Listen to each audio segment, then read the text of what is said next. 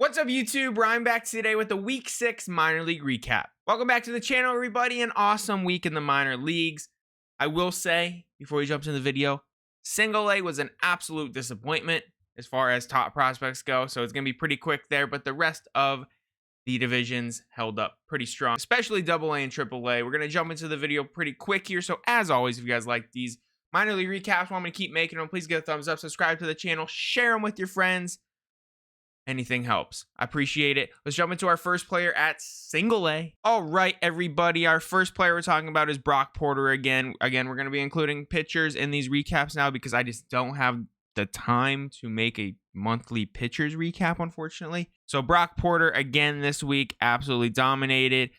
Has been having a little bit of depth issues, I would say, because he's only throwing about 65 pitches a start right now.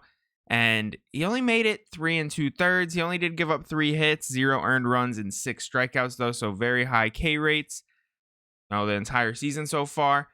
Little bit of walk concerns still, but this was tied his best start with only 1 walk. But Brock Porter looks really good. I definitely expect him at high A very soon. And then honestly, it's not even an MVP. Like, I'm not even giving an MVP for Single A this week. That's how bad it was. I went through every single top prospect in Single A, and I'm sure y'all can dig out some players for me that did perform well, but they're just no top prospects. Miguel Blyce was the best one over 4 games this week. 357 batting average, 444 on base percentage, 944 OPS. He had a triple, 5 hits in 4 games. He walked 3 times on top of that. He had 3 stolen bases, though he did get thrown out twice. This is a prospect that just turned 19. The Red Sox have a lot of faith in this guy. They do believe in him. But yeah, he was the best performer inside the top 100, 100% at Single A. Single A is tough right now because a lot of the prospects that were drafted in this past draft class, they're already in high A. Like, the only people really that are, like, super noteworthy left in Single A, you have Brady House, you have Elijah Green, you have Cam Collier, and you have Tamar Johnson. I would say those are probably the top players from the last 2 draft classes that are still in Single A, and every one of them underperformed this week, unfortunately. So we're going to jump into high A. So jumping into high A, Tink Hence, absolute star in the St. Louis Cardinals farm system. He did have a little bit of an arm injury, so he hasn't pitched in about a month, but he picked up right where he left off. He was amazing last season. He hasn't given up a run yet this year. This week, 3 innings, 1 hit, 5 strikeouts. He ended up going 32 pitches in 3 innings. Like, very efficient with 5 strikeouts. Absolutely insane. Like, he should be at Double A at this point, and heck, if he goes to Double A and he performs well, we might see this dude by the end of the season if they want to be super aggressive, because the St. Louis Cardinals need pitching so bad right now, like more than any other roster in the MLB. So I am going to touch on a couple players here. These next 2, they only played 2 games, but Marcelo Meyer absolutely smokes this baseball. He had an amazing game. He went 4 for 4, and we'll touch on that real quick. So he only played 1 game that qualified for last Sunday through Saturday, which was the 7th through the 13th. And in that 1 game, he went 4 for 4. He had 4 hits and 4 at-bats. He had a home run. He had 2 doubles, so 3 extra base hits, absolutely ridiculous. And he had 2 RBIs. So super good game. He only played 1 game, so that's why I am touching on him just barely. And same with this next player. Next up, Jackson Merrill. I feel like this is a guy we kind of just waiting on. He was so good last year, and he's starting to pick it up. So again, similar to Meyer, only played 2 games this week. So 500 batting average, 500 on base percentage, 1300 OPS. He had a home run, 5 hits in 2 games. He had an RBI, and he stole a base on top of that. Definitely a really strong prospect. Just turned 20 years old. A lot of good things to say about Jackson Merrill. So hopefully he can keep up the consistency. Our next guy up, I don't have a video of him, which is unfortunate because he did hit 2 home runs. Adele Amador, who I would say probably qualified for, like, arguably the breakout player of last year. Like, he demanded attention last season. It was insane. Over 6 games this week, 320 batting average, 433 on base percentage, 1033 OPS. He had 2 home runs, 8 hits in 6 games. He had a double. He walked 4 times on top of that, and he got beaten once. Pretty freaking solid week. Adele Amador, definitely another player who just turned 20 years old. Super young talent right now in the minor leagues. It's crazy. He's definitely one of the good ones. Up next, Jace Young. I'm not even going to include his home runs because that play at second base was insane. Jung this week over 6 games, 348 batting average, 483 on base percentage, 1048 OPS. He had a home run, a triple, 8 hits in 6 games. He had 5 RBIs, walked 6 times on top of that.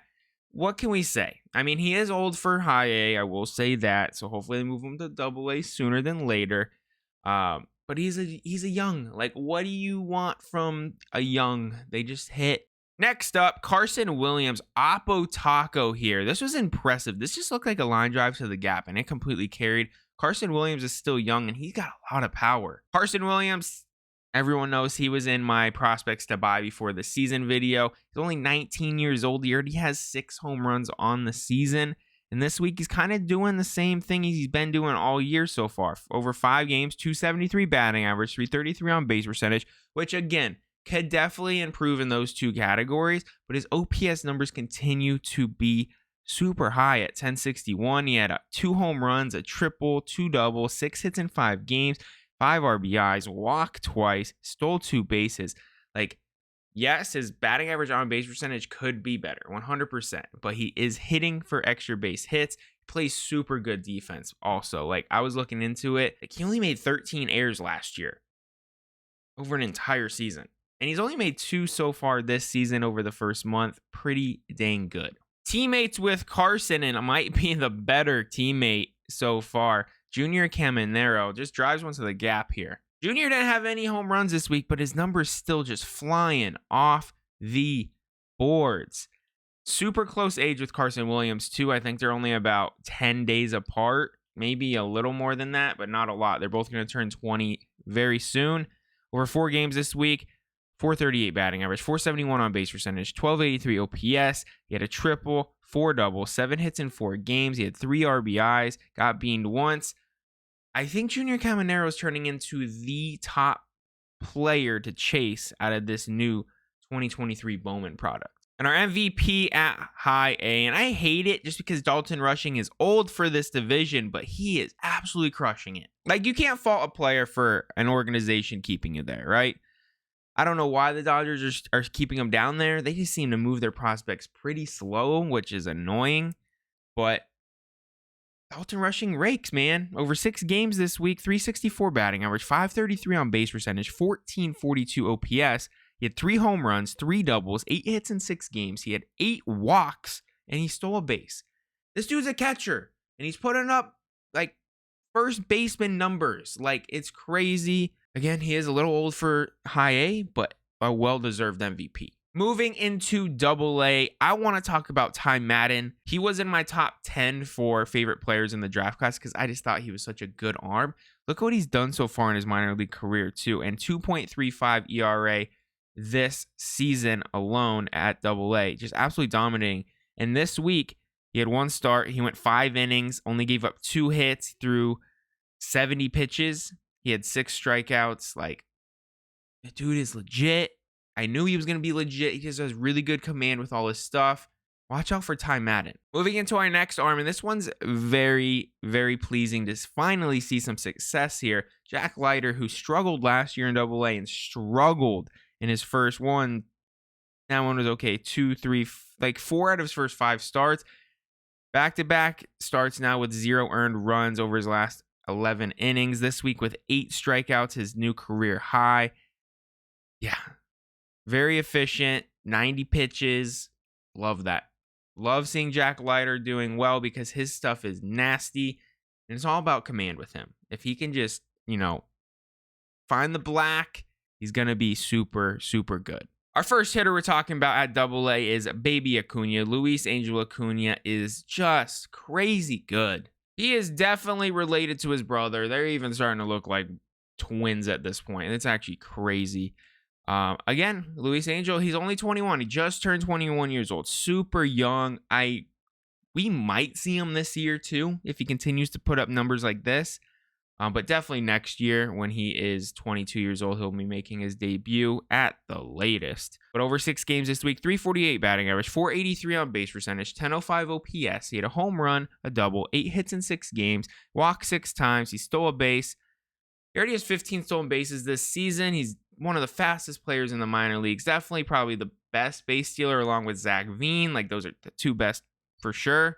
Yeah, he's just a stud. He's an athletic specimen, just like his brother. Like, he's small, but it doesn't even matter. Next up, Andy Pages. Again, love Pages. He just rakes. Over 6 games, 364 batting average, 440 on base percentage, 1031 OPS. Didn't have a home run either, which is pretty rare for him, I feel like. I feel like he's just becoming a better hitter, which is impressive because a lot of his OPS numbers come from home runs, and he hasn't really needed that this season to put up really strong slugging percentage numbers. He had a triple, 3 doubles, 8 hits in 6 games. He walked 3 times. Like, this is another Dodgers prospect that is ready. Like, he needs to find an MLB roster, in my opinion, like this year for sure. Like, maybe keep him down there for a little bit longer, but he needs a chance. Like, I'm hoping the Dodgers at the deadline, they trade Pages, they trade Rushing, and they trade Michael Busch. Like, somehow, some way, all 3 of these players are like ready. I mean, Dalton Rushing, he's at a way too low of a division, but like, all 3 of those guys need a better opportunity, in my opinion. And our MVP at Double-A, Henry Davis, man. Like, he's making me want to go out and buy a really expensive card of his. There was a lot of questions with Henry Davis coming into this season at Double-A as whether he could take that next step or not, because he did struggle at Double-A last year. I think he has already answered every question possible that we've had for him. Over 4 games this week, 400 batting average, 526 on base percentage, 1460 OPS. He had 2 home runs, both in the same game. He had 2 doubles, 6 hits in 4 games, walked 3 times, got beamed once. And what does that bring his numbers to? This year at Double-A, he's hitting 308 with a 452 on base percentage, 1100 OPS, and 8 home runs. I think he's finding the MLB roster very soon. Moving into Triple-A, Aurelvis Martinez, he hits bombs. It's what he does. That's the reason he's still in the top 100, because he can barely hit. I feel like Aurelvis Martinez has got to be one of the biggest disappointments from the top 100 over the past like 3 seasons, because he just hasn't improved offensively outside of his power. His power's kind of always been there, and that's why he made the video this week. Over 6 games, he hit only 217 with a 280 on base percentage. It's kind of pathetic, but he had a 1150 OPS because he hit 5 home runs. Like, the dude is crazy with his power. He had 5 hits in 6 games, 10 RBIs. Like, you had to include him. He had 5 home runs and 10 RBIs this week. Like, that's an insane week. And he walked once. He got beaned once. He just has to find a more consistent balance. I'm going to show his season stats as well, because he has 9 home runs this year. That's crazy. He's hitting a home run every 3 games. He's hitting 143 with a 211 on base percentage, 660 OPS. Like, that's pathetic with those power numbers, man. Definitely a disappointment, but the power's still there. Next up, Kyle Manzardo's crazy. He just hits laser beam after laser beam, it seems like. Manzardo this week over 6 games, 320 batting average, 414 on base percentage, 1134 OPS. He had 3 home runs, a double, 8 hits in 6 games, 8 RBIs, walked 4 times, only struck out 3 times, which I absolutely love. Manzardo is another prospect who's ready to go. Bring him up. He is absolutely dominated in the minor leagues. Rays, I know you got a great team, but you got a great player here. You either need to bring him up or trade him. I feel like we're at like the same point with Mark Vientos as we are with so many of these like AA, AAA prospects. He's just ready. Like Vientos again this week, 2 more home runs. He hit 348 with a 448 on base percentage, 1144 OPS over 6 games. He had those 2 home runs. He had 2 doubles, 8 hits in those 6 games. Walked 4 times on top of that, got beaned once. Like, another guy. Do something with him, Mets. Like, he at this point definitely has some type of trade value. He's only 23. Like, figure something out to where this dude can get some MLB at bats. Ronnie Mauricio has been super impressive this year. I've never been on the Ronnie Mauricio train, but he's trying to convince me. He's finally coming around offensively on a consistent basis so far. Mauricio over 6 games this week, 407 batting average, 448 on base percentage, 1152 OPS. He had a home run, 5 doubles, 11 hits in 6 games. By the way, he has the most hits in all of the minor leagues this year. It's because he doesn't walk much. He only walked 2 times this week, but he had 5 RBIs. He stole 2 bases. Like, he only struck out twice. I think that's probably the most impressive stat of everything I just said. He only struck out twice this week. That's huge for him. Again, he's barely 22. He just turned 22 41 days ago. And again, I'm just showing season stats this year because I'm impressed. 353 with a 389 on base percentage. Again, doesn't walk a lot. He's only walked 8 times this season, but he has 55 hits in 39 games. I had to include Corey Lee. I'm not really on the hype train of his at all anymore, but he had 6 hits in one game this week. There's still a few people out there that think Corey Lee's definitely like the future catcher in Houston, which I'm not opposed to that still. They don't really have an offensive catcher at all. Maldonado just can't really hit. He's never been able to hit. He's there for his defense. Corey Lee could definitely be the guy that could step up if he can decide to be consistent. But over 6 games this week, 480 batting average, 500 on base percentage, 1260 OPS. He had that home run. He had 4 doubles. He had 12 hits in 6 games. Absolutely crazy. 6 of those hits came in the same game. And then he walked once, and he stole a base. Next up, Matt McLain. He just keeps doing crazy things this year. He's on an insane pace, and this morning he got the call. He's going to the MLB. McLain this week over 6 games, 391 batting average, 533 on base percentage, 1403 OPS. He had 3 home runs, 2 doubles, 9 hits in 6 games, 8 RBIs, walked 6 times, got beamed once, stole 2 bases. Like, he has been insane. Again, I'm going to show you another season stat because he's been crazy. Another guy just under a 1200 OPS with 12 home runs. Like, insane so far for Matt McLain. Definitely deserves to be called up. Again, I'm never going to root for the guy because he was drafted by the D-backs in the first round back in 2018 and he didn't sign. So I'm going to root against Matt McLain forever. And I'm probably going to regret it because I don't own a single baseball card of his. But he seems pretty legit. Cowser this week over 6 games, 478 batting average, 594 on base percentage, 1420 OPS. He's had 2 home runs, 2 doubles, 11 hits in 6 games, 8 walks, had 4 RBIs, stole a base. Again, another young, ready-to-go prospect in this Orioles system. Like, they got to start making some moves because Colton Cowser, he's ready. Jordan Westburg, he's ready. Heston Kjerstad, like, he's very close to being ready. Like, the Orioles, they have a pretty solid roster, but come on now. Move a couple guys. Get these guys in the MLB. And I wanted to include this one from Elly De La Cruz because, look, he's pissed. He puts a swing on this thing, and he's pissed. He don't even think it's hit well. He thinks it's a week out, and it's a home run. His power is crazy. Elly De La Cruz over 6 games, 300 batting average, 548 on base percentage, 1498 OPS. He had 4 home runs, a double, 6 hits in 6 games only, but he walked 10 times, had 10 RBIs, got beamed once, stole 2 bases. This is O'Neal Cruz 2.0, and I would say 2.0 because it seems like Elly De La Cruz has learned how to walk. Other than that, they're very, very similar players, so I am still not on the Elly De La Cruz train like a lot of people are because even O'Neal Cruz, who was amazing in the minor leagues offensively, he's struggling at the MLB level. I could see the same with Elly De La Cruz as well, but right now, he's looking like he's learning the zone a little bit. All right, everyone, that's going to do it for the Week 6 minor league recap. Again, some insane performances in AA and AAA. Thank God High A was solid too because Single A was so disappointing. Again, I'm sure there was a couple guys that played well, but just none really worth noting just yet.